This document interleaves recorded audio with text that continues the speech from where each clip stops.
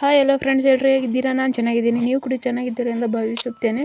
ಮಡಿಕೆ ಕಾಳು ನೆನೆಸಿ ಎತ್ತಿಟ್ಕೊಂಡಿದ್ದೆ ನೋಡಿ. ಮಡಿಕೆ ಕಾಳು ರೆಸಿಪಿ ಮಾಡೋಣ, ಮಡಿಕೆ ಕಾಳು ಸಾರು ರೆಸಿಪಿ ಮಾಡೋಣ ಅಂತಂದೇಳಿ ನೋಡಿ. ಕೊಬ್ಬರಿ ಒಂದೆರಡು ಬೆಳ್ಳುಳ್ಳಿ ಮಿಕ್ಸಿಗೆ ಹಾಕ್ಕೋಬೇಕು ನೋಡಿರಿ. ಈ ಥರ ಒಂದು 2 ಸಣ್ಣದಾಗಿರೋ ಟೊಮೊಟೊ ಹೆಚ್ಕೊಂಡಿದ್ದೀನಿ, ನೆನೆಸಿ ಎತ್ತಿಟ್ಕೊಂಡಿದ್ದೆ ನೋಡಿರಿ.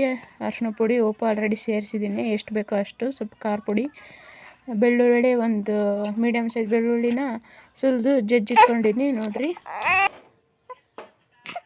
ನೋಡಿ, ಬಾಣಲೆ ಇಟ್ಕೊಂಡಿನಿ ಒಲೆ ಮೇಲೆ ಆಲ್ರೆಡಿ. ಮಡಿಕೆ ಕಾಳು ಮತ್ತು ಹೆಸರು ಕಾಳನ್ನ ರಾತ್ರಿ ನೆನೆ ಹಾಕಿ ಬೆಳಗ್ಗೆ ತಿನ್ನೋದ್ರಿಂದ ಆರೋಗ್ಯಕ್ಕೂ ಒಳ್ಳೆಯದು ನೋಡಿ. ಎಷ್ಟು ಬೇಕೋ ಅಷ್ಟೇ. ಸ್ವಲ್ಪ ಸಾಸಿವೆ ಎಷ್ಟು ಬೇಕು ನಮಗಷ್ಟು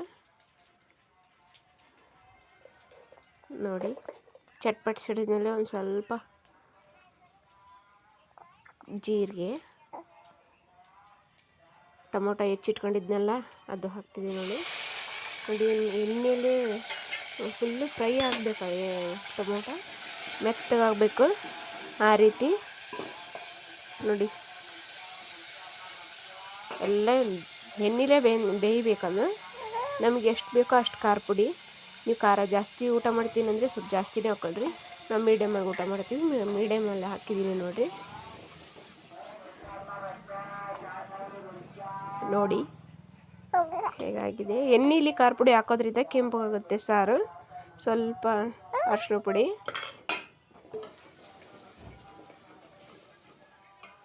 ನೋಡಿ ನೀಟಾಗಿ ಎಲ್ಲ ಫ್ರೈ ಆಗಬೇಕು. ಆಮೇಲೆ ರುಬ್ಬಿಟ್ಕೊಂಡಿದ್ವಲ್ಲ ಕೊಬ್ಬರಿ ಮತ್ತು ಬೆಳ್ಳುಳ್ಳಿ, ಅದನ್ನು ಹಾಕ್ಬೇಕು ನೋಡಿ.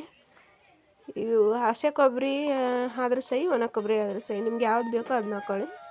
ನಾನು ಸ್ವಲ್ಪ ಹಸಿ ಕೊಬ್ಬರಿ ಹಾಕಿದ್ದೀನಿ, ಕಲರ್ ಸ್ವಲ್ಪ ವೈಟ್ ಆಗಿತ್ತು ನೋಡಿ.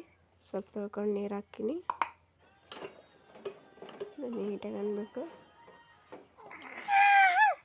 ಒಣ ಕೊಬ್ಬರಿ ಆಗಿದ್ದರೆ ಸಾರು ಕೆಂಪಗಾಗ್ತಿತ್ತು, ಇದು ಹಸಿ ಕೊಬ್ಬರಿ ಅಲ್ಲ, ವೈಟ್ ಆಗಿದೆ.